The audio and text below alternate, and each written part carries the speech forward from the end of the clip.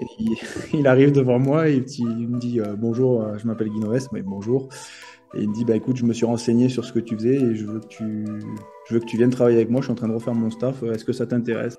Et donc j'en ai parlé directement avec le manager, je savais qu'il était ouvert à ça. Donc, c'est un mec qui est quand même beaucoup à l'écoute. Et donc je lui ai dit écoute moi Christophe, si on veut travailler ensemble, regarde, il y a un tas de choses que je veux faire, ça voilà, et il y a un tas de choses que je ne veux plus. Et je crois que ça lui a plu en fait de savoir où j'allais, de savoir ce qui me plaisait pas, et que c'était clair dans ma tête.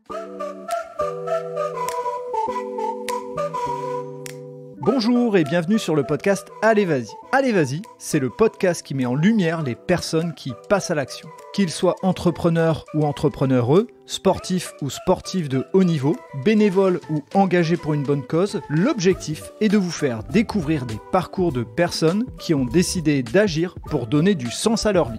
Pour cette deuxième saison, nous avons envie de tester une nouveauté. Et ce n'est pas sur ce podcast que nous allons nous empêcher d'agir. L'idée est de mettre en avant les sportifs et sportives en vue des JO de Paris 2024 qui approchent et pour montrer à quel point ils ou elles ont beaucoup à nous apprendre. Donc chaque vendredi, vous allez retrouver un épisode d'un ou d'une sportive, même si la discipline n'est pas olympique. L'objectif étant de valoriser le sport en général et notamment des sports moins mis en avant dans les médias. La nouveauté, c'est qu'un mercredi sur deux, vous allez retrouver les épisodes concernant des entrepreneurs et entrepreneureux, bénévoles ou des personnes engagées. Donc certaines semaines, ça ne sera pas un, mais deux épisodes du podcast. Allez, vas-y. En écoutant, je suis avec Grégory Marquet, qui est avant tout préparateur physique pour le haut niveau, mais il va nous expliquer aussi plein de choses qu'il fait aussi à côté, mais toujours en lien avec le sport. Et avant de démarrer, c'est devenu une tradition un peu sur le podcast. On va démarrer par le portrait chinois. Alors le portrait chinois, je le rappelle pour ceux qui n'auraient pas écouté les épisodes précédents, je vais dire un mot et puis toi tu vas me dire le premier qui te vient en lien avec ce mot. Okay. Si je te parle d'un lieu, quel lieu tu me dirais? Alors je parlerais plutôt d'un pays, je dirais le Canada. Dans la mesure où c'est un pays que j'adore. On est allé à plusieurs reprises et pour le boulot et pour des vacances. Et pour le boulot, j'y ai trouvé plein de ressources et pour les vacances, j'ai été dépaysé complètement. Et puis la mentalité des Canadiens, elle est vraiment très différente de la nôtre. Elle est entre le français et l'américain et c'est quand même un équilibre assez sympa, je trouvais. Et du coup, voilà, c'est un endroit que j'adore. Voilà, j'aime bien y aller. Ok, par rapport au boulot, on en reparlera certainement, et sur la mentalité, je peux que te rejoindre puisque j'ai un autre podcast sur le voyage et j'ai plutôt pas mal de Français qui sont partis au Canada qui vantent le Canada comme toi, donc je peux que te rejoindre. Le deuxième point, ce serait un plaisir gourmand. Si je te demandais quelque chose que tu aimes manger, ce serait plutôt du sucré, du salé? J'aurais tendance à te dire les deux, mais je vais parler d'un dessert que personne certainement connaît, que ma grand-mère faisait, qui était italienne, et ça s'appelle la goubane. Et c'est un dessert en fait avec une génoise enroulée avec de la crème de marron, des pignons de pain, des raisins de Corinthe, tout ça mélangé, cuit.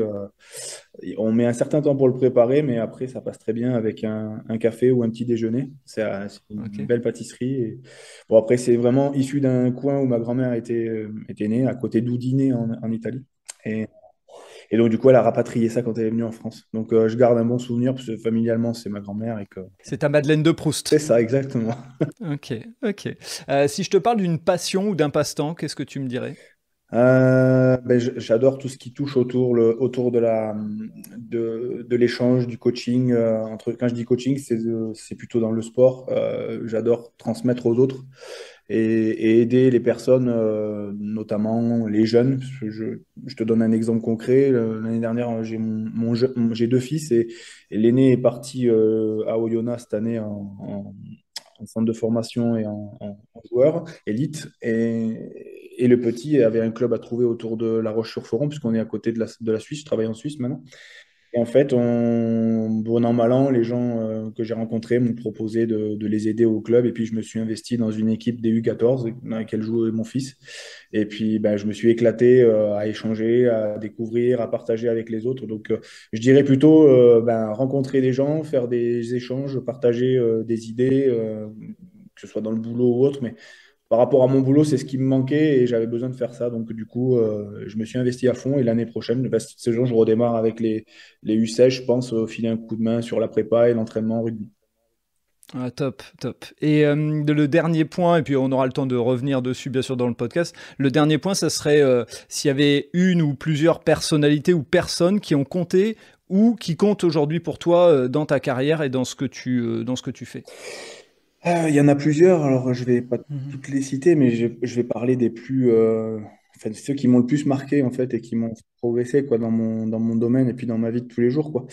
Mon premier boss qui était Francis Fernandez dans le foot à l'époque, puisque je travaillais dans le foot au niveau de la Fédé et au niveau du département, qui m'a vraiment appris beaucoup de choses dans le domaine de l'entraînement, notamment au niveau du foot.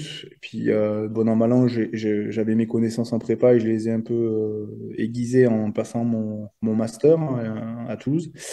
Et puis, dans la foulée, j'ai rencontré d'autres personnes. Quand j'ai commencé à vraiment être dans le cœur du problème de l'entraînement, j'ai fait du sport de combat pendant quelques années et j'ai un prof qui m'a beaucoup marqué, qui s'appelle Laurent Bonzomme, qui est dans un petit club dans l'Ariège, en fait, à Saint-Giron, mais qui a une façon de faire les choses, qui a des résultats chaque année avec des jeunes et les moins jeunes, au niveau national et international. Et il a une façon, une pédagogie et une vision de l'entraînement qui était assez novatrice et qui l'est toujours, je pense. Donc, lui, à chaque fois qu'il voit des choses nouvelles, on en discute et ça compte beaucoup pour moi. Et puis après, je rentrerai dans le vif du sujet. Ça sera avec les entraîneurs que j'ai côtoyés. Quand j'étais au Stade Toulousain, il y avait une personne qui s'appelait Guy Noves et qui m'a vachement influencé, qui a pesé beaucoup dans ma carrière. Ça a été compliqué à certains moments, mais voilà, c'était quelqu'un qui a vachement compté dans le développement dans mon boulot et dans les relations humaines aussi. Parce que j'ai compris pas mal de choses avec lui. Après, j'ai rencontré une personne qui s'appelle Christophe Furios, qui était à Castres. Alors, j'ai appris des choses sur moi-même, là, on va dire. Il m'a influencé, mais sur des connaissances plus sur moi-même, un peu moins sur le boulot, mais sur moi-même. Ouais. Donc, j'ai poussé mes limites, mais on en reparlera un peu plus tard certainement dans le podcast. Et puis après, dernièrement, écoute, j'ai des personnes avec lesquelles je travaille. Je peux pas tous les citer, mais qui sont importantes et qui influencent pas mal mes choix, mes décisions. Après, je vais te parler de ma famille, évidemment, parce que j'ai une femme et deux enfants et les échanges que j'ai avec eux influencent aussi mes trajectoires, on va dire, de vie et de carrière. Ouais. Merci pour tous les éléments et puis les personnes avec qui tu travailles au moment où on diffusera le podcast, on n'hésitera pas à les citer, à les taguer. Donc maintenant, je vais te laisser la parole pour nous parler de ton parcours. Juste avant de te laisser la parole, moi, ce qui m'a intéressé quand je suis rentré en contact avec toi, c'est que il y a un parcours de préparateur physique. Alors des fois, j'en ai vu certains qui ont toujours fait dans le même sport. Toi, ce que j'ai bien aimé, c'est que déjà, tu as touché à plusieurs sports et que sur la fin, je vois un intérêt pour des neurosciences, la cognition, etc. Et je trouve que c'est peut-être des choses sur lesquelles on a besoin encore d'expliquer un petit peu. Alors, on va pas faire un cours scientifique, mais au moins, si vers la fin, quand on parlera de ce sujet, si tu peux vulgariser, je pense que ça peut aider certaines personnes à mieux comprendre. Et puis, pour être très honnête avec toi, j'adore le sport et j'ai toujours eu une curiosité sur comment on maîtrise une préparation physique. Est-ce que à un moment on vient taper dedans en début de saison pour qu'on soit sûr qu'en fin de saison, et justement, comme chaque être humain est différent, comment on s'adapte et tout. Donc tout ça, tu vas nous le raconter. Donc je te laisse, après cette intro très longue, je te laisse la parole et nous expliquer d'où tu viens et par où tu as commencé ton parcours qui t'a amené aujourd'hui à être préparateur physique de haut niveau. Ok, alors du coup, moi je suis Grégory, j'ai 46 ans, deux enfants, je suis marié depuis pas mal de temps, depuis 18 ans. Et donc j'ai un parcours un peu atypique parce que j'ai commencé par le sport évidemment, assez jeune. J'ai fait un sport-études et j'étais issu de la filière de centre de formation, mais en foot à l'époque avec le Nîmes Olympique. J'ai joué à un niveau régional la plupart du temps, mais à un niveau national quand j'étais un peu plus jeune, mais ça n'a pas duré très longtemps. il me manquait certainement des choses, des qualités. Et après, derrière, je suis passé à l'entraînement directement. C'est ce qui me bottait le plus.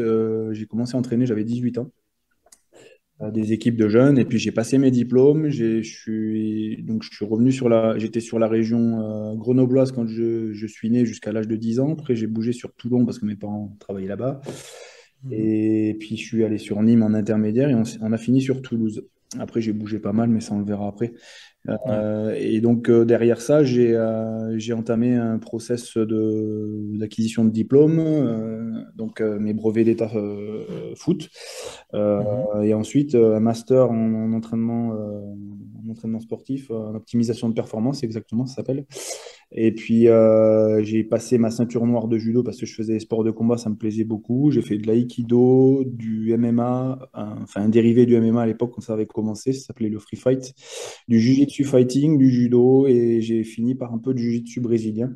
Je suis arrivé jusqu'à ma ceinture noire en judo, mais bon, ça n'a rien d'exceptionnel, hein. Jusque-là, il y a... Ouais, mais quand même, ça se cite. Mais en fait, je parle de tout ça parce qu'en fait, tout ça, ça m'a aidé à développer mes compétences sur le terrain dans ma carrière. Donc, tout ce que j'ai pu apprendre avec les différentes personnes que j'ai croisées et que j'ai citées à un moment donné, ça m'a servi énormément pour prendre des décisions et puis mettre en place des différentes situations et puis les plans d'entraînement éventuellement quand j'en avais besoin. Donc, si j'ai un premier conseil à donner en me présentant, c'est qu'il ne faut pas hésiter à rencontrer des gens, à aller vers les autres et ne pas attendre que ça vienne. Et puis surtout échanger, parce que je pense que la formation, c'est bien, on nous apprend des choses, mais tout ce qui est... J'interviens en ce moment dans des formations à certains moments et en fait, je me rends compte que tout ce qu'on leur donne, c'est déjà figé, c'est déjà passé. Donc, du coup, tout ce qui est formation, c'est bien, ça valide un diplôme et une compétence à un moment donné. Mais je crois que la compétence, on la développe en allant vers les autres et en se renseignant sur ce qui se passe avec les autres. Tout n'est pas bon à prendre. Mais par contre, je crois sincèrement qu'il y a matière à s'auto-former ou à s'auto-former avec les autres et en prenant un maximum d'informations sur ce qui se fait autour. Après, il faut être pragmatique et puis être autocritique sur ce qu'on fait. Et normalement, ça se passe pas trop mal.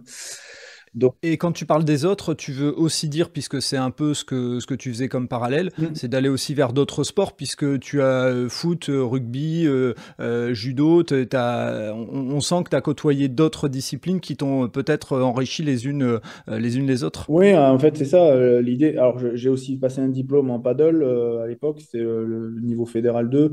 Donc, c'était pour avoir une corde de plus à mon arc. Et puis, je me dis que tout ça, ça peut à un moment servir. Tu rencontres des gens. Oui, en effet, c'est le parallèle entre les plusieurs sports et on en parlera avec les neurosciences tout à l'heure, mais plus tu pratiques de sports différents, entre guillemets, où tu testes des choses et plus ton cerveau s'adapte et plus ta capacité motrice se développe. Donc, du coup, je crois que ça a un intérêt, en effet. Ouais. Totalement.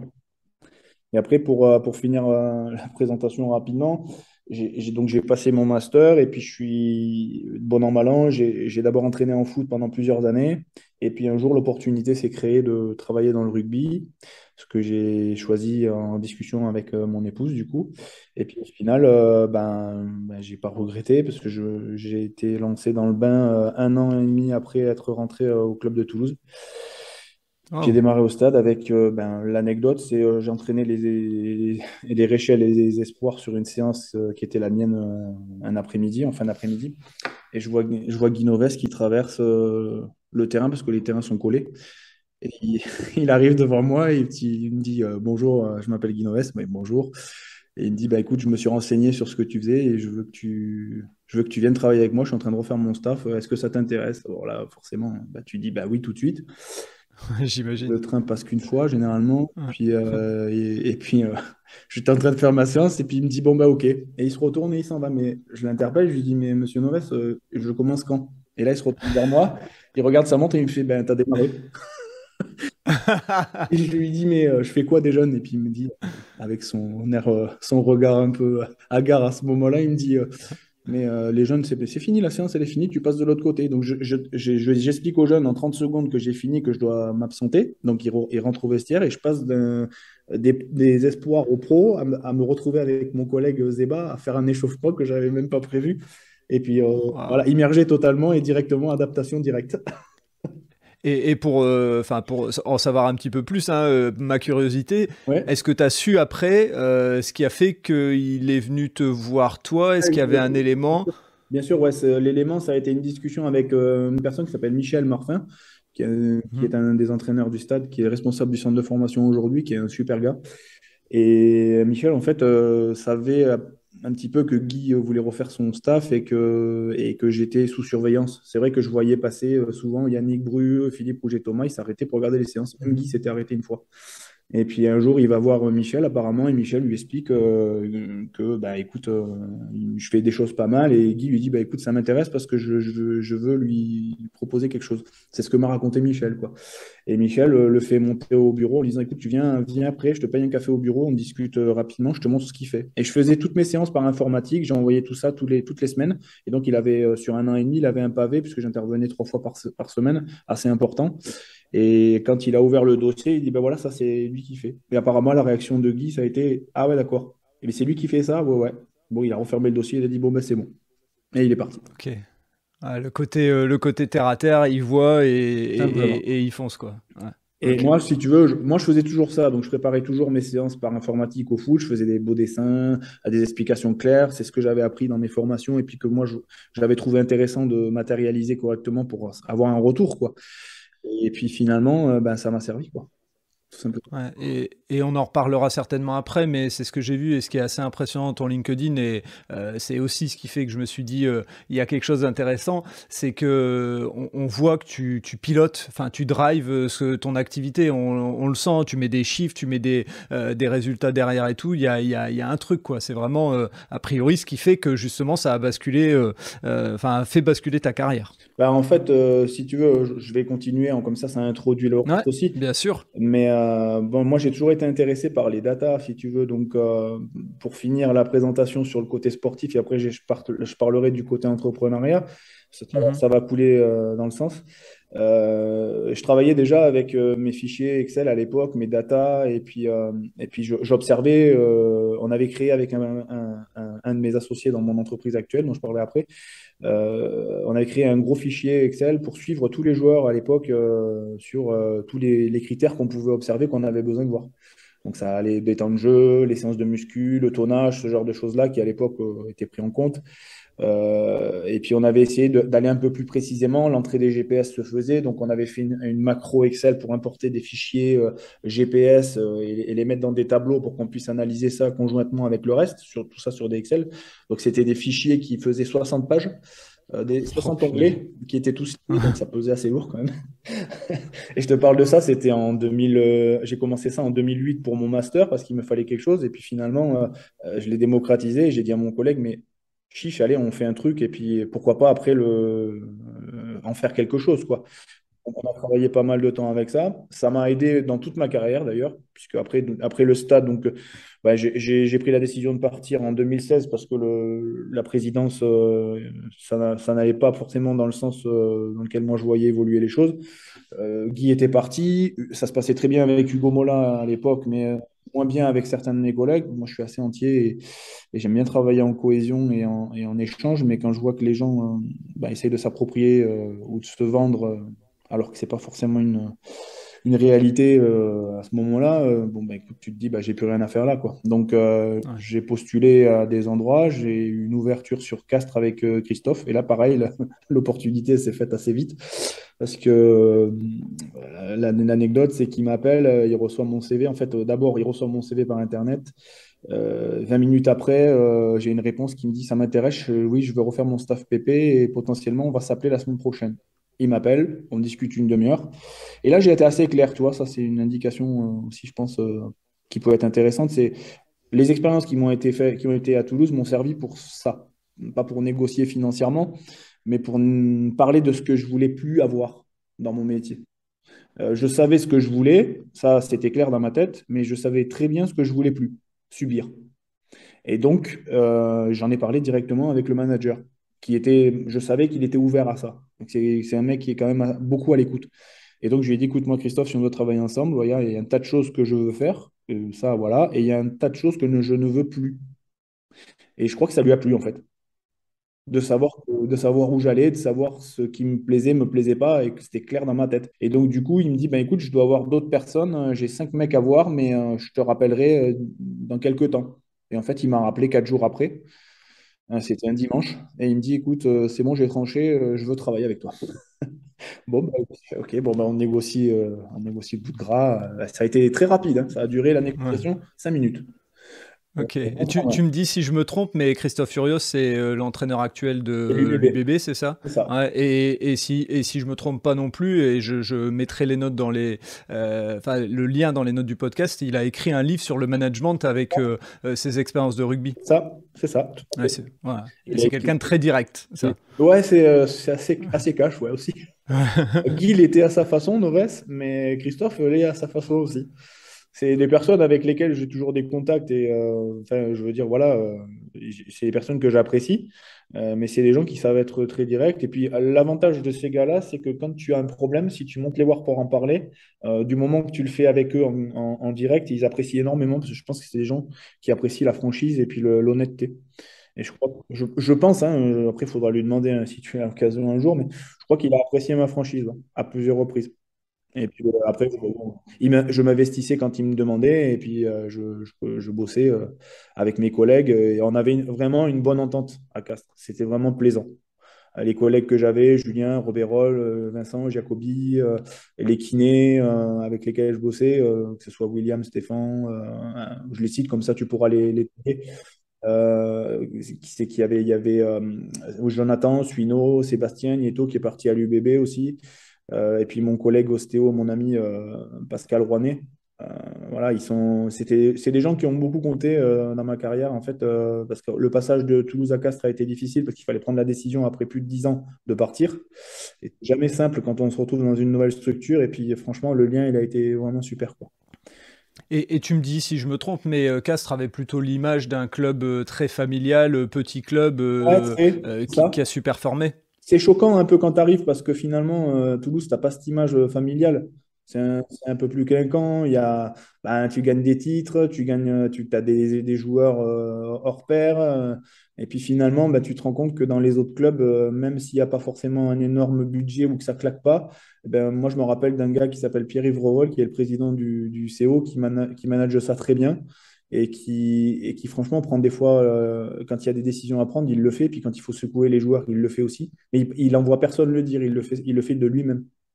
Et franchement, moi j'avais rarement vu un mec comme ça, quoi. Alors j'ai pas fait énormément de clubs, mais derrière je suis parti à Rouen en Pro D2 parce que j'avais vraiment besoin de voir autre chose. Et puis le top 14 devenait un peu aseptisé dans plein de choses. Moi, j'aime bien travailler et librement et tenter des choses. Mais en top 14, maintenant, les gens, ils sortent de formation, ils appliquent toujours les mêmes méthodologies, ils font tous les mêmes choses quasiment. Quand je vois en formation les gamins qui sortent, ils sont aseptisés dans un domaine.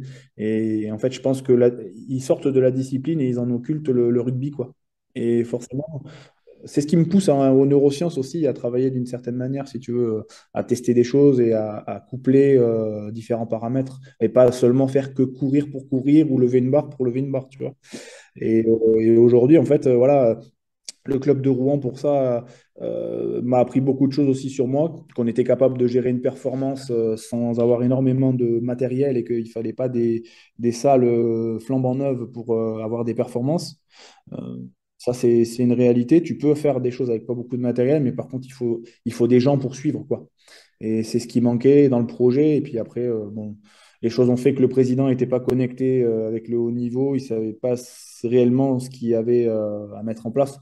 Et donc, j'ai préféré démissionner au bout d'un an en leur expliquant que bon, voilà, je voulais reprendre ma liberté parce que le projet n'allait pas dans le sens que je voulais et que me maintenir chaque année au dernier moment, sur le dernier match, ça ne m'intéressait pas, quoi. Et que le développement d'un club, ça passait par des investissements, évidemment. Mais il n'y avait pas besoin de beaucoup investir, mais par contre, il fallait être pragmatique et puis évoluer avec la tendance, quoi. Et ce qui n'était pas le cas. Ok, ils n'avaient pas de vision stratégique, Non, c'était... il n'y en avait aucune. Si, ok, la seule vision ok. qu'ils avaient, ce qu'ils te disaient, c'est que ouais, on va monter dans 3 ans au top 14. Donc, quand j'ai entendu ça la première fois, j'ai dit, bon, je vais rien dire, mais il va falloir arrêter de se mentir, quoi. Et puis après, j'en ai parlé avec les personnes à l'intérieur. Et puis bon, les joueurs te font des comptes rendus assez clairs sur ce qui se passe quand tu les as tous en audit. Et puis, bon, tu te rends compte que ça va pas être si facile que ça. Donc, tu mets les choses en place. Tu termines avec la saison, tu n'as quasiment pas de blessés de l'année, ou très peu, avec pas beaucoup de matos. Mais par contre, voilà, je suivais, comme je te disais tout à l'heure, des datas, des GPS. Voilà, j'ai donc monté moi mon entreprise pour faire le lien avec ça, des datas, il y a quelques années en arrière, parce que ça m'intéressait de développer quelque chose hors Excel et de rentrer dans une interface web. Il y avait des choses qui existaient, mais elles étaient déjà pas mal, mais elles étaient très compliquées à manœuvrer et elles étaient difficiles c'était énergivore. Donc, du coup, j'ai rencontré une personne qui s'appelle Maxime Rosito, qui travaille pour nous en développement et qui est quelqu'un qui est super, qui a su faire l'interface simple avec peu de clics, trouver les informations rapidement. La société, elle s'appelle Excellence Training and Science et en fait, on a monté une plateforme de suivi qui s'appelle Safe Perform. Et dedans, on peut y mettre ce qu'on veut, on peut customiser nos paramètres, et ils sont analysés statistiquement par une personne qui bosse avec nous. Et puis l'idée, c'est d'arriver à développer le projet. Voilà, quand on a lancé le projet avec la partie neurosciences qu'on voulait inclure dedans, on a gagné un prix, en fait, Ah, bien, bravo. avec la BPI France. Et puis on a gagné 40 000 euros pour faire nos études de marché, nos études de faisabilité et tout ce genre de choses. Donc on a été lauréat, en fait. Et ça avait du sens. Donc du coup, on s'est dit, si on a un prix, c'est que ça quand même doit avoir du sens. Et Bien sûr, on bien a, sûr. on a traîné un peu en route parce que j'avais pas la force de frappe pour faire tout ça. Et donc, on a développé petitement et on a lancé l'aventure réellement l'année dernière, quoi, gentiment. Après, c'est pas mon activité principale. Ouais. Avant de rentrer dans ces éléments et ce que je disais justement, s'intéresser un peu aux neurosciences, moi je voudrais juste revenir un petit peu sur ton parcours de préparateur physique dans les deux grands clubs dans lesquels tu as travaillé, le Stade Toulousain et le Castres Olympique, parce que tu l'as passé assez vite, mais il faut quand même dire que au moment où tu es préparateur physique, le Stade Toulousain, c'est une machine à gagner. Donc, dis-moi si je me trompe, mais 3 titres de champion de France. Ben, c'est ça, ouais, on a fait Ouais. titre de champion de France, 2000, Champion d'Europe. on a fait 2008 champion de France, 2010 champion d'Europe, 2011 champion de France, 2012 champion de France. Et avec Castres, ben écoute, j'arrive en l'année 2016-2017, on se qualifie pour les quarts de finale et franchement, je pense qu'on doit au moins être en demi. On perd à Toulon, mais ça a été dur pour Toulon, a priori, ce qu'on avait eu comme retour. Et puis l'année d'après, on est champion à nouveau. Ouais. Et puis inattendu en plus, hein, enfin entre guillemets inattendu par, Pour nous, peut-être pas non. par vous. Ouais. Pour vous, non, bien sûr. Mais oui, c'était inattendu pour la presse et puis c'est ce qui a été magique. Moi, en fait, j'ai vécu des moments. En fait, dans ma carrière, la chance que j'ai eue, franchement, parce que je peux parler de chance au sens du terme, vraiment, pas boulot, quoi, mais j'ai eu de la chance d'être là, en fait. Et quand tu passes 10 années à Toulouse et que tu fais que des phases finales, chaque année, tu es en phase finale. Et à Castres, on a été en phase finale chaque année, sauf la dernière année où on se fait sortir par Toulon avant le quart de finale, en fait, et on finit septième. Mais jusqu'alors, j'avais joué que des phases finales, au minimum quart demi, voire finale, et gagné les finales, quoi, avec l'équipe, avec le groupe avec lequel on était, quoi. Alors quand je dis jeu, c'est pas moi, hein. Évidemment, c'est ensemble, c'est le collectif, mais j'ai eu la chance d'être là et de participer à tout ça, donc on en a plein les yeux. Et puis ce qui est magique, c'est qu'on fait profiter nos familles, quoi. Donc mes enfants étaient petits quand 2008 était là, c'était ma première année, ça c'était vraiment un moment d'émotion important parce que c'était la première année que je bossais avec les pros. Et on est champion. Donc, du coup, ben, voilà. En 2009, on se fait sortir en demi. On se fait taper un peu sur les doigts, mais on est en demi en Coupe d'Europe et en championnat. Donc, en 2010, ben, rebelote. On perd en demi en championnat et on est champion d'Europe. Et puis, à 2011, on perd en demi, je crois, en Coupe d'Europe et on est champion de France. Et on perd en quart de finale en Champions Cup à l'époque, en H Cup en 2012 et on est champion de France quand même après derrière. Ouais, donc une vraie machine à gagner. Et donc ma question, moi, par rapport à ton métier de préparateur physique, ce que les gens qui s'intéressent un peu moins peut-être au sport ne savent pas, c'est que toi, ton travail, il commence avant la saison. C'est-à-dire que toi, tu arrives, tu es entre guillemets, un des premiers contacts avec des joueurs qui, souvent pendant les vacances, ont fait un entretien physique, mais t'es celui qui va les faire souffrir pour qu'ils soient performants. Et comment ça se passe justement? Moi, j'ai toujours été curieux de ça. Alors, il y a plusieurs étapes. Et ça aussi, c'est pareil. J'ai vachement évolué au contact de ces clubs et en étant à tâtons aussi, parce que tu testes des trucs et tu te rends compte qu'il y a des choses qui fonctionnent, d'autres pas. Donc, en fait, quand on arrive, on nous apprend que l'intersaison, c'est hyper important, c'est vrai. On nous dit aussi que les mecs, quand ils partent en vacances, il faut absolument qu'ils aient des programmes. Et ça, c'est une grosse connerie. Alors qu'ils aient des programmes sur la pré-reprise, une dizaine de jours, 15 jours avant, je comprends quand ils ont eu 5 semaines de coupure. Mais il ne faut pas oublier que la majorité de ces gars-là, ils ont 11 mois de compétition dans la raquette et que le corps, il a subi d'énormes traumas, il a subi de la pression physique, mentale, et qu'il y a une fatigue qui est là. Et que même s'ils finissent la saison en pleine bourre, la fatigue, elle est là. Et qu'il y a une décompression totale qui se fait une fois que tu as fini ton championnat. Donc, quand tu accordes 4 semaines, c'est déjà très court. Quand tu es à 5, tu es mieux. Et quand tu arrives à avoir 6 semaines, je trouve que c'est un bon équilibre. Mais c'est que mon avis, tout le monde ne le partage pas. Mais c'est retour d'expérience là aussi, tu vois. Parce que je pense que quand tu redémarres avec des organismes qui sont plus frais et tu as l'occasion de pouvoir faire autre chose dans ta prépa. Alors que quand tu es condensé tout le temps sur 4 semaines, là, tu dois aller à l'essentiel et puis après, ça rattaque direct avec les matchs amicaux et le championnat. Donc, c'est assez compliqué. Voilà, il faut au moins 5 6 semaines pour être bien. Je pense que c'est l'idéal. Après, voilà, plus tu as du temps, mieux c'est évidemment. Mais donc, la première charge de travail, c'est de pouvoir faire des programmations en fonction des besoins de chacun. Alors là, tu fais plus des groupes de niveau ou des choses comme ça, ou vraiment des programmes individuels s'il y a vraiment un axe précis à faire pendant les vacances. Mais il ne faut pas que ça soit trop dur non plus. Ça ne sert à rien d'arriver prêt comme un avion à la prépa qui va te conditionner normalement. Donc, surtout quand tu as du temps. Alors, quand tu n'as pas de temps, c'est un peu moins vrai. Mais quand tu as du temps, si tu as 8 semaines pour te préparer, ça ne sert à rien d'arriver affûté comme un avion au bout de 4 semaines. Parce que les 8 semaines que tu vas faire, elles vont plutôt avoir un effet positif, mais à la fin, tu vas être plus fatigué qu'autre chose en théorie. Donc, du coup, il faut accepter le fait que tu arrives pas forcément en super forme, mais un minimum de forme. Et après, les mecs prennent le rythme progressivement. Et puis normalement, ça se passe bien, quoi. Après, dans la saison pure et dure, là, il faut pas taper très fort d'entrée. C'est ce que j'ai appris avec le temps, c'est que la première semaine, il faut y aller de façon modérée, progressive, surtout au début. Les deux, trois premières séances, elles sont importantes à bien calibrer. Et puis, tu peux commencer à charger vers la fin de semaine gentiment pour pouvoir attaquer ta semaine suivante plein fer. Ok. Et ce qu'il faut préciser aussi dans le rugby, c'est que comme il y a des postes vraiment très spécifiques et très différents, je suppose que tu dois avoir, enfin, il y a une adaptation très marquée aussi. Je dirais que quand on a des gros gaillards qui font 120 kilos et d'autres qui sont des coureurs très fins mais costauds, tu dois les travailler, enfin les préparer autrement. Alors, ça s'appelle l'individualisation, quoi. Alors, les staffs sont pas forcément toujours suffisants pour faire ce genre de choses. Et il y a une chose qu'on avait fait très bien à Toulouse, qui marchait super bien, c'était on était par groupe, on s'était répartis les joueurs par groupe. On avait entre 10 et 15 joueurs suivant les années. Et dans ces joueurs, on distribuait des programmes de musculation individuels qu'on avait tous fait. Après, on se mettait un peu autour de la table pour en discuter des qualités de chacun et des besoins. On faisait nos programmes, on échangeait là-dessus, et puis on mettait en place des cardio associés ou des bonus post-séance.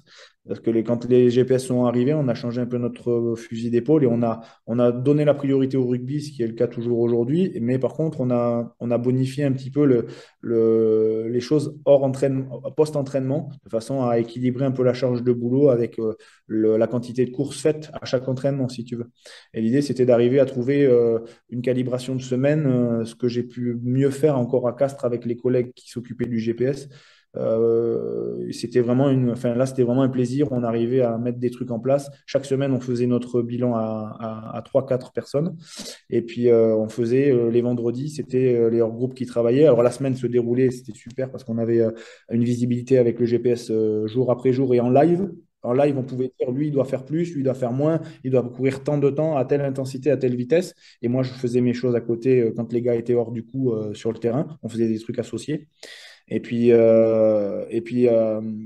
quand on arrivait en fin de semaine, ceux qui n'avaient pas de match étaient complétés en fin de semaine. Et là, on individualisait de plus en plus les choses en fonction des qualités de chacun. Donc, des fois, on arrivait le vendredi à avoir des mini-groupes ou même des séances solo où je prenais les gars sur un axe précis qu'ils avaient besoin de travailler et qui n'était pas forcément en adéquation avec le groupe d'à côté.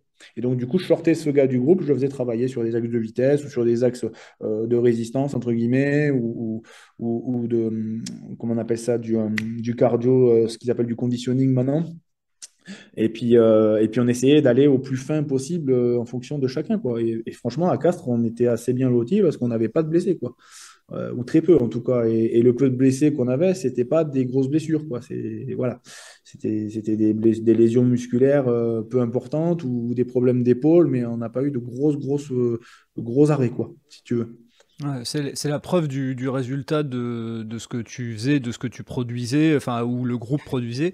Ouais, voilà, la chance que j'avais, c'était l'échange qu'on avait entre nous, prépa, et qui faisait qu'on allait tous dans la même direction et qu'on s'échangeait les données pour être le plus efficace possible. On n'était pas toujours d'accord sur tout, mais on arrivait à trouver toujours le compromis qui marchait bien.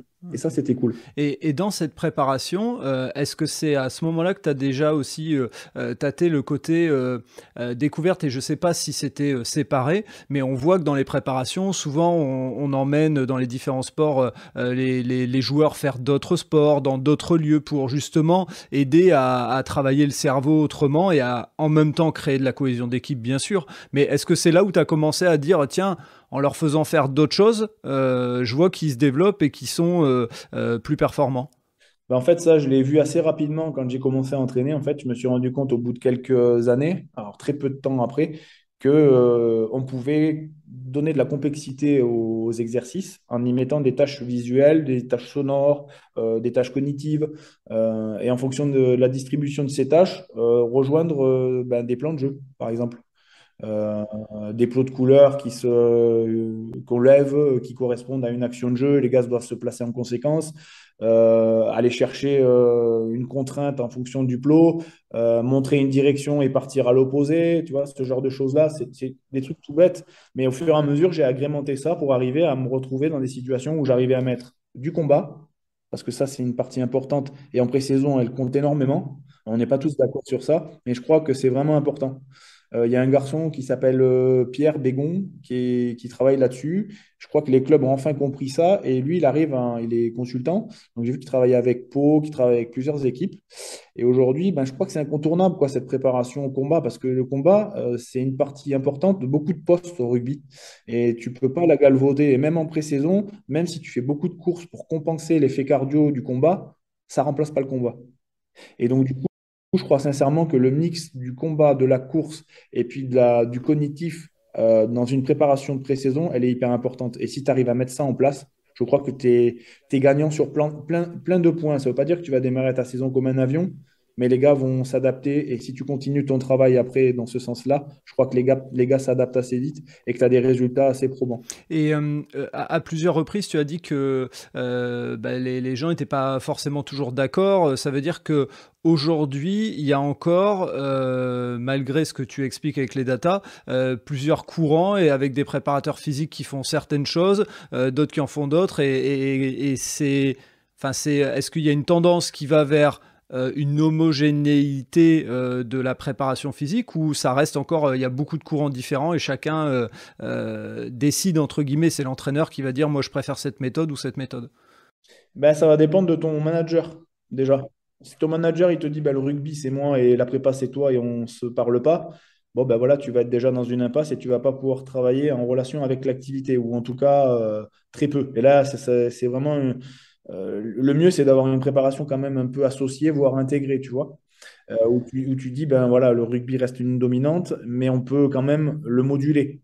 Et on peut y mettre des éléments de combat, on peut y mettre. Voilà, ça, c'est des choses que je faisais à Toulouse à un moment donné, quand on m'avait donné la possibilité de le faire. C'était Hugo Mola qui m'avait donné la possibilité de faire ça. Guy me l'avait laissé, mais c'était pour des petits groupes hors groupe. Puis après, on avait commencé à mettre ça en place pour la globalité du groupe avec Hugo. C'était sympa. Et ça s'est démocratisé encore plus avec Castres. J'avais des collègues qui me faisaient confiance là-dessus. Et on avait bien étayé ça en pré-saison. On s'était mis d'accord pour trouver les points de rencontre entre le combat et la course pour que ça soit coïncident.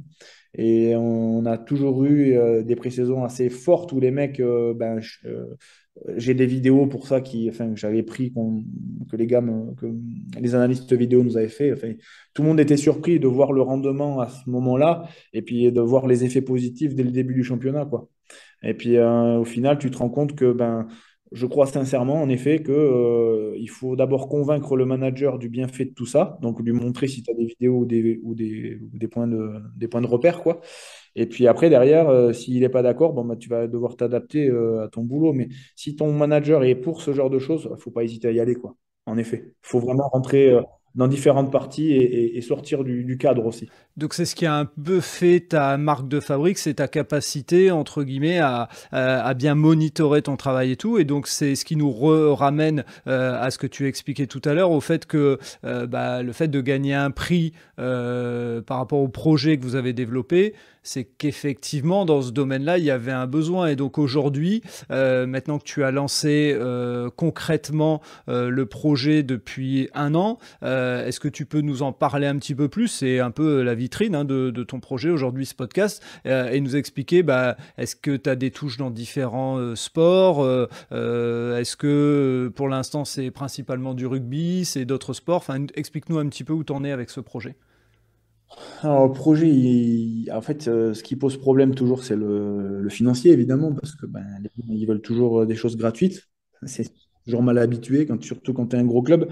Écoute, ça coûte combien? Ah, mais tu me le fais pas gratuit? Non, écoute, le gratuit, ça marche pas, en fait. Tu te rends compte qu'avec le temps, ça marche pas, parce que les gens s'en servent pas. Quand tu payes, il faut rentabiliser, donc il faut s'en servir.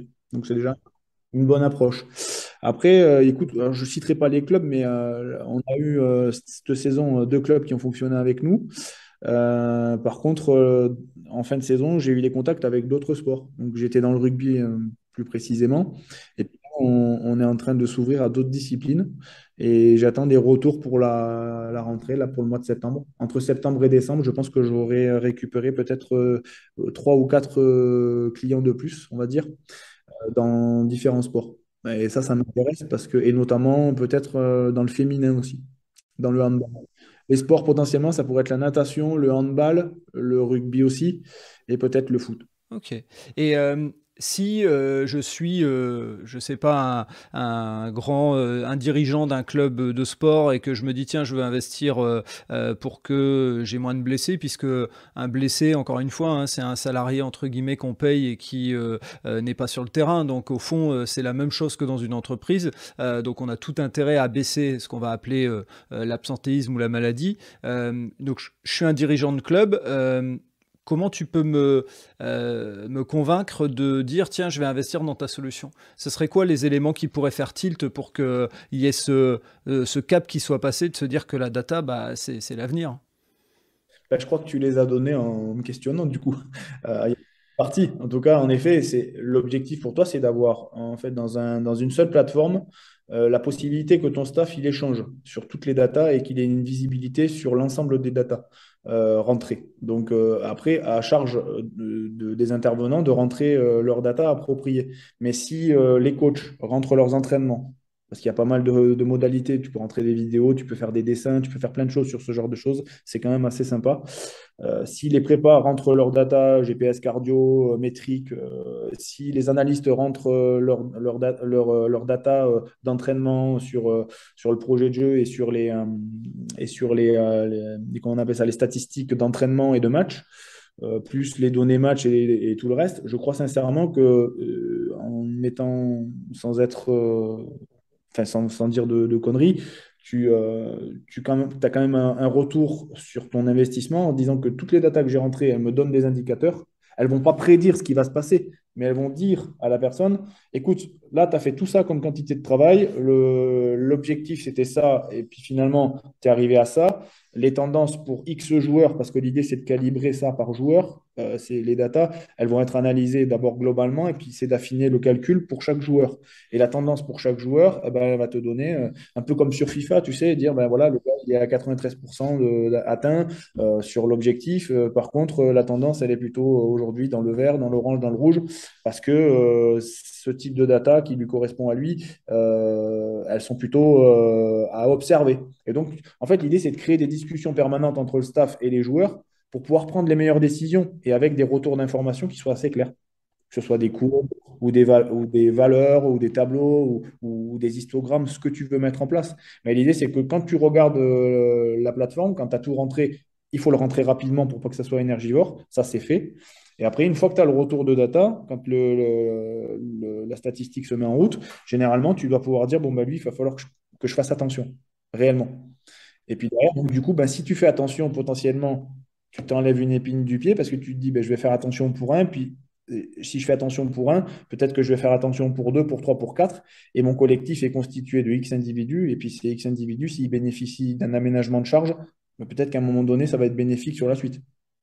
Et donc, du coup, ben, si tu as 30 joueurs sur 30 à l'entraînement au lieu d'en avoir 15 sur 30, comme c'est le cas dans certains clubs, ben, je crois que ça vaut le coup d'investir. Après, ce qui fait peur aux analystes et aux data scientists, parce que j'en ai eu plusieurs au téléphone, c'est que ça, c'est leur job, en fait, de faire des données, des data et tout ça.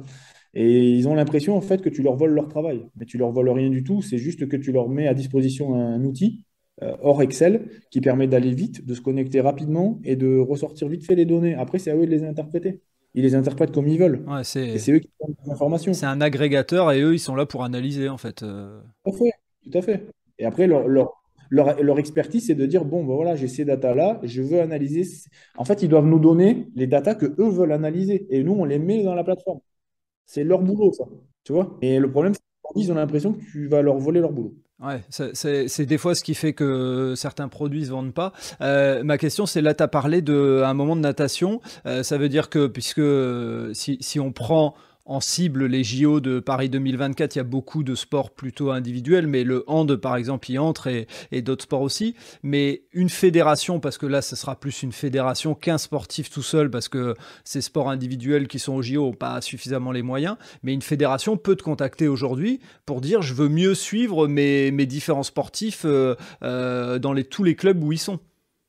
Après, l'intérêt pour les fédés et pour les clubs, parce que ça aussi, les gens ne le voient pas à l'ouverture, mais la Fédé prend un outil comme ça. Ils le distribuent dans tous les clubs, ou en tout cas, ils donnent l'accès aux clubs de pouvoir consulter ce qu'ils font quand ils sont en fédération. Et la Fédé peut consulter ce que les clubs font pour leurs joueurs attitrés en club. Et donc, du coup, il y a un échange permanent et il n'y a pas besoin de s'appeler forcément pour dire, ben voilà, il a fait ci, il a fait là. Ils ont un compte rendu automatique quand ils se connectent. Donc, du coup, en live, quand les données sont rentrées, le prépa de la Fédé et le prépa du club peut observer les variations de performance. Ouais, c'est clair, c'est un vrai avantage et Il me semble, ouais. je pense qu'en fait, une des difficultés qu'on a en France, on est souvent pointé du doigt sur le manque de professionnalisme dans le sport, etc., et le manque de moyens. Et aujourd'hui, enfin, moi, je vois ton projet comme étant un moyen de passer un cap. Par contre, je pense que comme il y a des gens plutôt anciens dans les fédérations, etc., ils n'ont pas encore passé le cap des datas. Enfin, voilà, c'est mon analyse et c'est à mon humble échelle, mais je pense qu'il y a un peu de ça. Il y a après aussi le pouvoir de décision, parce que quand tu te fies à des datas, quand tu es ou manager ou encadrant ou autre, tu as toujours peur que la data aille pas dans ton sens. Et en fait, ça peut t'enlever un pouvoir de. Mais en fait, le pouvoir de décision, ça ne te l'enlève pas. Ça te donne un moyen de dire est-ce que je suis dans la bonne direction? Et c'est toi qui prends la décision, ça t'enlève aucun pouvoir de décision. Mais par contre, ça peut te faire réfléchir à ta façon de travailler aussi. Ça peut interpeller. Après, voilà, alors les mentalités, heureusement, elles évoluent et je pense que les outils comme ça, maintenant, ils vont se développer. Mais quand j'ai eu l'idée en 2008 de faire ce projet, je l'avais déjà bien dans ma tête, il était déjà bien clair. Et puis, je n'ai fait que, j'ai eu de cesse de le développer pendant toutes ces années pour arriver à un outil qui soit le plus facile à utiliser et le plus conceptuel possible avec les staffs, quoi. Et que chacun puisse s'y retrouver là-dedans. Mais voilà, il faut atteindre. Aujourd'hui, je pense que voilà, il y a eu le Covid, il y a eu plein de choses. Les gens n'ont pas forcément les moyens dans les clubs pour investir en plus là-dedans. Il faut que ça reste une priorité. Voilà. Comme pour le cognitif, ça va devenir, je vais parler de la boîte avec laquelle je bosse aujourd'hui, mais ça va devenir une priorité. Donc, à un moment donné, quand ça deviendra une priorité, là, ça va vraiment se lancer. Puis voilà, il faudra être prêt à répondre aux demandes. Voilà, et puis là, nous, on sera prêt pour ça, c'est pas le souci, mais en fait, tout ce qui est nouveau fait peur. Et tout ce qui est qu'on ne maîtrise pas fait peur. Mais ça, c'est humain. Et je vois aujourd'hui dans les neurosciences, moi, si tu veux, aujourd'hui, je travaille dans une boîte qui s'appelle Neurovision Consulting à Genève, en Suisse. Et cette boîte, en fait, depuis 2016, on est en rapport. Et puis, bon, en sortant de Rouen en 2020, ben, écoute, j'ai eu une proposition qui était assez claire avec un projet qui tenait bien la route. Et donc, j'ai dit, allez, il est temps pour moi de faire autre chose et de prendre du temps à réfléchir sur cet axe-là que je n'ai pas suffisamment développé. Et puis, ça ne m'empêche pas de continuer à réfléchir sur la préparation parce que mon idée, en fait, c'était d'associer le cognitif comme un moyen de pouvoir contrôler l'état de fraîcheur de la personne. J'avais commencé en fait à faire un doctorat là-dessus, mais j'ai malheureusement pas fini quand je suis parti à Castres, parce que bah, Christophe voulait que je sois à 100% et j'avais pas de temps d'études pour ça. Donc j'ai dû abandonner. J'étais sur ma première publication quand j'ai abandonné et j'ai pas pu la faire. C'est un peu ça, c'est un regret pour moi. Mais les choses que j'avais vues, c'est qu'en fait, le cognitif, donc le cerveau, c'est la base, c'est la boîte noire de ton fonctionnement. Donc quand ton cerveau il est fatigué ou qu'il a un rendement, je vais imager un peu, quand il a un rendement un peu moins bon, potentiellement, l'influx nerveux se propage moins bien et la réaction musculaire est moins bonne. Et donc, du coup, à terme, ça peut provoquer soit des dysfonctionnements moteurs, soit des blessures musculaires ou tendineuses. Et on avait trouvé des outils, notamment le NeuroTracker qui vient du Canada, donc c'est pour ça que je parlais du Canada en amont, euh, avec lequel je bosse depuis 2010, qui permet d'identifier quand le gars est pas bien sur la concentration et sur l'analyse visuelle, ben, à partir d'un certain pourcentage, à quel moment je peux dire, bon, ben là, il faut que je fasse gaffe. Et donc là, pour moi, ça remplace tous ces wellness, ces questionnaires. Ceux qui vont m'écouter vont dire, ah, c'est un vieux con, il est nul, il comprend rien, c'est la mouvance, machin.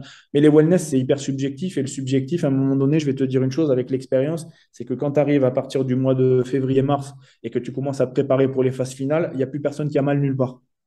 Tout le monde dort bien, tout le monde va bien, il n'y a plus de tension, il n'y a plus rien.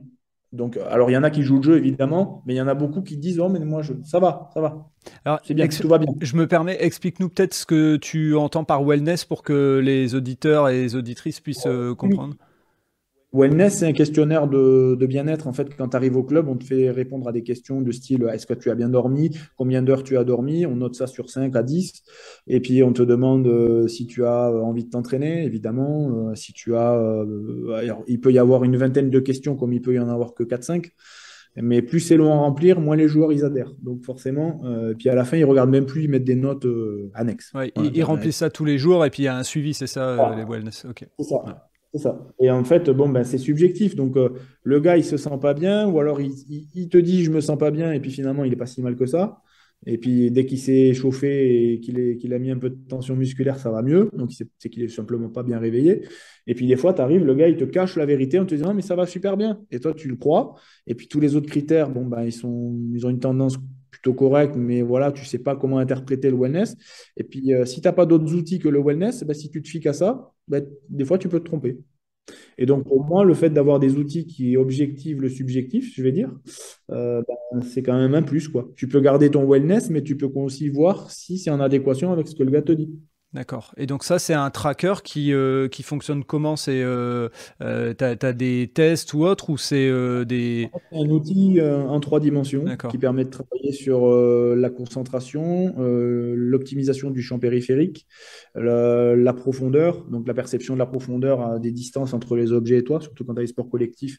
Tu as le ballon qui arrive, ou tu as le mec qui veut te plaquer en rugby, ou qui veut te tacler en foot, ou qui veut t'attraper sur un combat pour te faire tomber. Donc voilà, tout ça, ça permet d'optimiser ces facteurs-là. Mais par contre, quand c'est un outil donc en 3D avec des balles qui se déplacent sur un écran, il faut en repérer un certain nombre.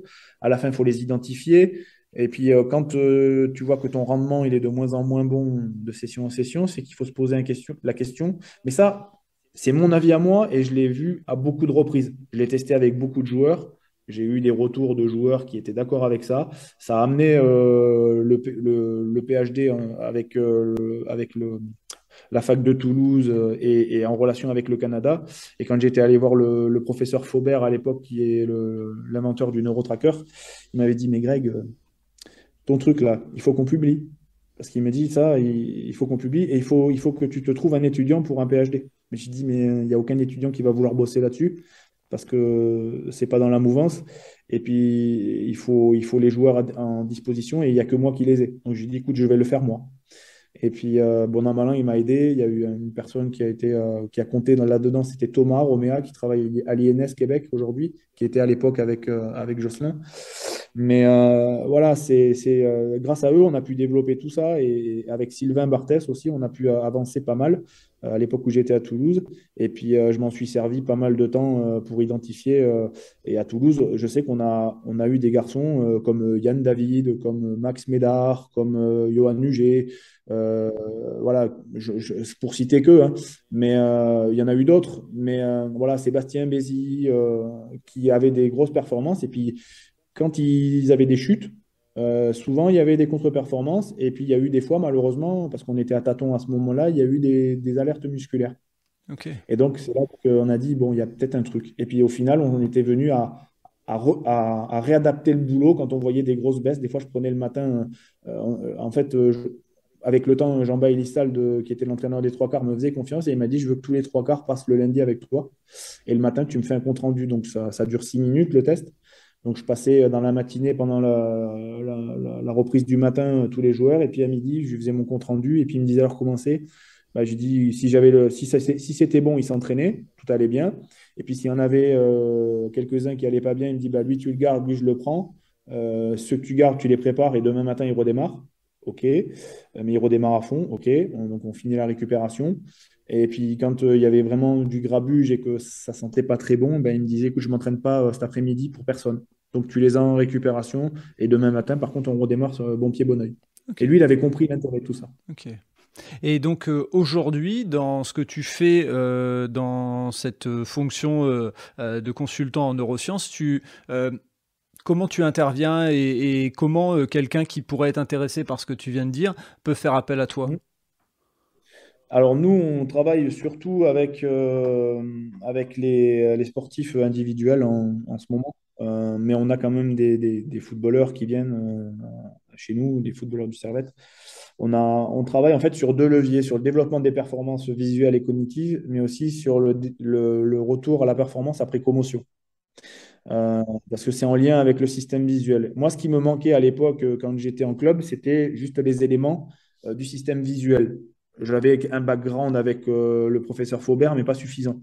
Et quand j'ai rencontré le docteur Mater et Frédéric Duranton, qui sont aujourd'hui mes collègues de boulot, et ben, en fait, ils m'ont donné des éléments que moi, je n'avais pas. Et donc, on fait un bilan médical assez poussé sur tout ce qui tourne autour de l'œil. Ça me permet de voir dans quelle mesure en fait le gars est affecté et ce que je dois travailler dans la performance sur le simple tâche, le double tâche ou le multitâche. Et derrière, ben, je crée des protocoles et je permets aux gens d'optimiser leur concentration, leur capacité à capter l'information plus vite et mieux et de retranscrire un bon geste moteur derrière ou de prendre la meilleure décision par rapport à l'action qu'il pourrait y avoir sur le terrain. Et donc, l'idée, c'est d'y associer une mise sous pression, qu'elle soit cognitive ou cardiaque, parce que je peux travailler avec les deux. Et aujourd'hui, j'arrive à monitorer le développement des capacités visuelles et cognitives en association avec les capacités cardiaques. Ok. Donc, ça veut dire que si on veut se développer, avoir le bon geste au bon moment, développer son geste et faire en sorte, on travaille en fait son cerveau, c'est ça ? C'est ça. Okay. Et en fait, on arrive à dire que plus on est performant sur plusieurs tâches, meilleur sera le rendement sur une seule tâche, évidemment, et que tu vas surtout faire un gain d'énergie, une économie d'énergie importante, parce que pour le même geste qui te coûtait une certaine énergie à l'époque, tu vas rentabiliser davantage. Et donc, du coup, sur la durée d'un match, tu peux t'imaginer que sur un rugby à 80 minutes, quand tu prends toujours les bonnes décisions, tu peux éviter un plaquage, tu peux éviter de porter le ballon trop loin et de faire des courses inutiles, tu peux te replacer mieux, tu peux juger d'une trajectoire aérienne pour aller chipper un ballon et puis pas te faire tamponner. C'est tous ces petits détails-là qui font que sur 80 minutes, quand tu en as fait une, deux, trois, quatre et que tu t'es économisé sur 20 fois, peut-être que tu finis le match un peu mieux. Ouais. Et je dirais que sur en plus un sport individuel, ton impact se verra encore plus dans le sens où dans un sport collectif, c'est noyé dans une performance globale. Dans un sport individuel, celui qui garde la concentration pour faire du tir ou du tir à l'arc, j'en sais rien par exemple, ça se voit tout de suite. C'est tout à fait ça. Et par rapport à ce que tu fais aujourd'hui, est-ce qu'il y a des sports ou des sportifs ou des sportives avec qui tu dis wow, j'aimerais vraiment bien travailler, comme je vais pas dire un rêve de gosse, mais en disant dans tel sport j'ai jamais été mettre les mains et pourtant je sais que ce que je fais ça pourrait aider. En fait, j'ai la chance de pouvoir travailler avec plein de sports. D'accord. Donc, du coup, il y a des sports, par exemple, comme l'escrime, où on a des jeunes qui tirent en championnat d'Europe l'année dernière et qui se préparent pour les championnats du monde l'année prochaine, tu vois, en catégorie junior. Et en fait, on a l'aval des entraîneurs parce on a une très bonne relation et je marche avec eux sur justement ces impacts-là. C'est-à-dire que quand je les reçois moi, en milieu de semaine, j'appelle l'entraîneur et je lui dis, écoute, si ça va pas, je l'appelle, je lui dis, écoute, Jean-Jacques, il faut absolument faire attention. Je sais pas comment tu le vois toi en ce moment. Et généralement, c'est toujours en adéquation. Il me dit, putain, Greg, tu as raison. Je le sens pas bien depuis quelques jours. Et il me dit, écoute, soit je vais l'alléger ce soir, soit il s'entraîne pas. Je vais voir avec lui, mais merci, on va fonctionner comme ça. Et en fait, on a mis une programmation qui était en lien avec leur programmation de semaine pour la partie cognitive et visuelle. Donc moi, je sais quand je peux pousser un peu plus, quand il faut que je fasse des séances light, sans tirer trop sur la corde, pour leur permettre juste d'optimiser un petit peu. Et puis à l'approche des compétitions, soit je ne les vois pas, soit c'est des rounds hyper courts, mais très dynamiques pour mettre en stand-by le système visuel et nerveux. Et l'idée, c'est que ça soit en adéquation, que ce soit plus un support qu'une contrainte. Okay. Voilà. Et l'idée, c'est d'apporter vraiment une plus-value dans leur entraînement. Et franchement, les entraîneurs aujourd'hui, écoute, mis à part qu'on s'entend super bien, ils sont super contents. Et Neurovision marche avec le club dans lequel les gamins sont issus, duquel sont issus. Quoi. Et franchement, ça se développe très, très bien. Et on arrive à mettre des programmations annuelles, comme une préparation physique, une programmation neurovisuelle et cognitive. Et pour des sports comme l'escrime où ça se joue au millième de seconde la prise de décision, c'est essentiel. Une anecdote pour le gamin en fait qui tire en européen. En fait, il m'a dit à un moment donné, Greg, en fait, quand le gars, tu sais, il y a la mouche au bout de l'épée là. Il dit en fait, la mouche bouge à peine et j'ai l'impression que je sais où elle va aller et je me déplace en conséquence et j'arrive à contrer parade riposte direct. Waouh. Ouais. Donc, ça développe cette capacité de concentration et cette perception de la distance. Quand le gars il bouge sa main, en fait, la mouche, il dit j'ai l'impression qu'elle arrive déjà sur moi. Et donc j'anticipe, je fais ma parade riposte et derrière, je marque le point. Il me dit j'en suis là aujourd'hui. Ok. Donc, juste une question. Je suis la Fédération française d'escrime.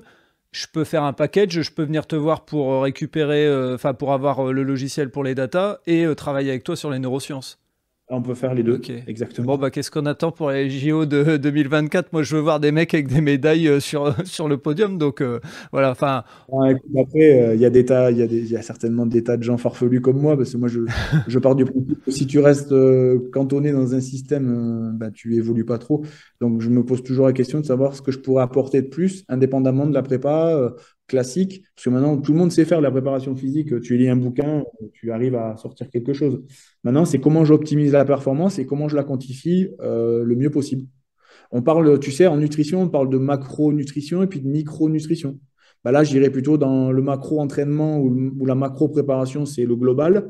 Et puis maintenant, c'est de rentrer dans la micro-préparation, quoi, finalement. C'est très clair. C'est très clair. Franchement, voilà, ça fait déjà un moment qu'on parle et je voudrais pas te retenir trop longtemps, mais est-ce qu'il y aurait un truc qu'on n'aurait pas dit dans le podcast et que tu voudrais passer comme message? Mais moi, j'y ai vu plein de messages, plein de choses à retenir et notamment même des parallèles, comme on disait, avec l'entreprise. Enfin, sur l'idée de dire si on forme tout le monde de la même manière, il y a des gens pour qui ça va pas intéresser. Donc, l'individualisation de la préparation du sportif, pour moi, elle est la même en entreprise. Si on fait tout la même chose, ça donnera pas les bons résultats puisque l'individu est de plus en plus présent. Donc ça, c'est déjà des leçons. Mais est-ce qu'il y a d'autres choses sur lesquelles tu aurais aimé parler ou passer un message et dont on n'a pas parlé? En fait, je pense qu'on a balayé pas mal de choses. Après, ce qu'il ne faut pas oublier, je pense, c'est le côté humain dans la performance. C'est-à-dire que l'athlète ou la personne que tu as, que ce soit dans une entreprise, parce que le club, c'est une entreprise, hein, donc les gens sont payés pour faire une activité. Voilà, sauf qu'on est dans une activité. J'ai un de mes oncles qui bosse avec moi dans l'entreprise qui me dit souvent c'est un monde du spectacle, votre truc. Et il a totalement raison. Il dit c'est dans une entreprise, mais c'est le monde du folklore et du spectacle, faut pas l'oublier. Donc voilà, avec des émotions supérieures et puis des fois des exagérations dans un sens comme dans l'autre, des up and down assez importants, quoi, si tu veux. Donc en fait, je crois qu'il faut s'accrocher à ce qu'on croit, à ses rêves. Donc moi, c'est ce que j'ai fait. On m'a souvent dit que ce que je faisais, c'était pas orthodoxe, c'était pas fédération dans le système, ça rentrait pas dans le cadre. Je me suis souvent entendu dire que ce que je faisais, ça allait pas fonctionner, que je savais pas dans quelle direction, ils comprenaient pas la direction dans laquelle je voulais aller. Donc tout ça, à un moment donné, je dis, écoute, vous faites ce que vous voulez. Parce qu'au début, tu prends des claques, hein, puis tu te poses des questions, puis à un moment donné, parce que j'ai consulté quand même pendant quelques temps des gens, des spécialistes de la santé mentale, pour savoir pourquoi on me disait tout ça. Puis finalement, la personne, quand elle vous regarde, Monsieur Marquet, vous êtes totalement normal. C'est juste que vous voyez les choses différemment et que ça rentre pas dans le cadre de tous les autres. Mais par contre, je vous encourage vivement à continuer parce que l'esprit créatif, on en a besoin aujourd'hui. Et on va tellement dans du formatage et de l'abattage unilatéral qu'on a besoin de gens comme vous. Donc du coup, en sortant de là, on se sent un peu mieux finalement. On se dit, finalement, je vais continuer dans cette voie-là parce qu'à un moment donné, on se pose quand même beaucoup de questions, quoi. Mais on voit que les résultats sont là. Donc à partir du moment où les résultats sont là, pourquoi tu continuerais pas? Le message, il est là, c'est tu fais des choses, pose-toi des questions. Si ça marche, pose-toi des questions pourquoi ça marche. Et si ça ne marche pas, ce qui ne marche pas, tu essaies de l'aménager. Mais dans la mesure où tu as des résultats, c'est qu'il y a quelque chose qui marche. Et après, autour de toi, tu as des gens qui vont t'influencer positivement ou négativement. Mais il faut croire en ce que tu fais et prendre la teneur des éléments qui te sont donnés autour de toi pour pouvoir prendre les bonnes décisions. Et ça, tu y arrives avec le temps parce qu'au départ, tu te stresses, tu te renfermes et puis tu te poses 36 000 questions. Mais finalement, il faut se poser une, deux, trois questions et se dire, voilà, est-ce que je fais bonne route? Pourquoi? Et comment je dois adapter? Et après, à partir de là, quand tu as compris ça, normalement, tu sauras assez rapidement de tes problématiques et tu crées vraiment des choses intéressantes. Et après, j'ai envie de te dire, écoute, maintenant, tu sais, arrivé à 46 ans, bientôt 50, j'ai envie de dire, les gens, ça leur plaît pas, écoute, qu'ils continuent dans leur voie et puis qu'ils restent dans leur système, qu'ils évoluent pas, et puis à un moment donné, tout ça, ça s'arrête. Moi, la chance que j'ai eue, vraiment, c'est de pouvoir bouger, d'avoir une famille, même si ça a été compliqué, qui a bien voulu suivre. Et puis, toutes ces rencontres avec les gens avec lesquels je suis toujours en contact parce que on a vraiment collaboré fortement et ça laisse des traces et des souvenirs.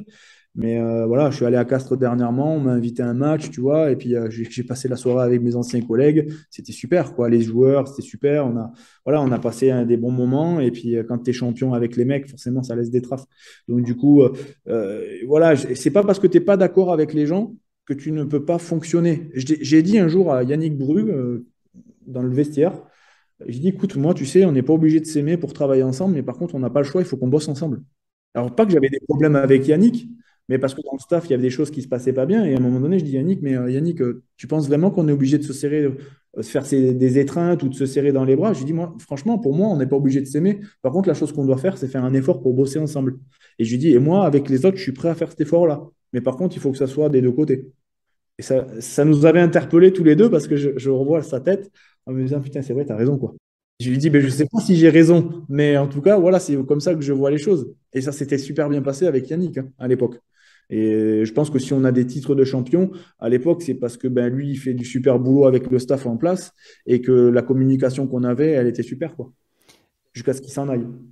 Ok.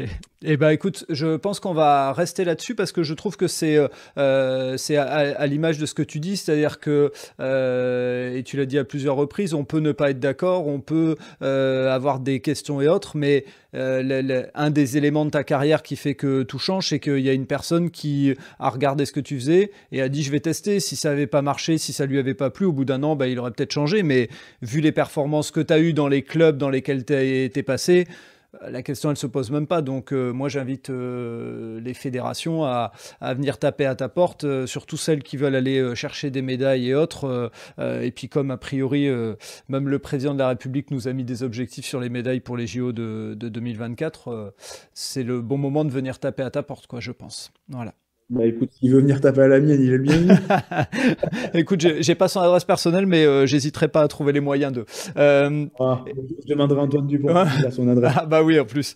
Écoute, Grégory, merci. Vraiment, ça a été un plaisir de te recevoir sur ce podcast. Moi, ça m'a éclairé beaucoup sur les curiosités que j'avais sur la préparation physique.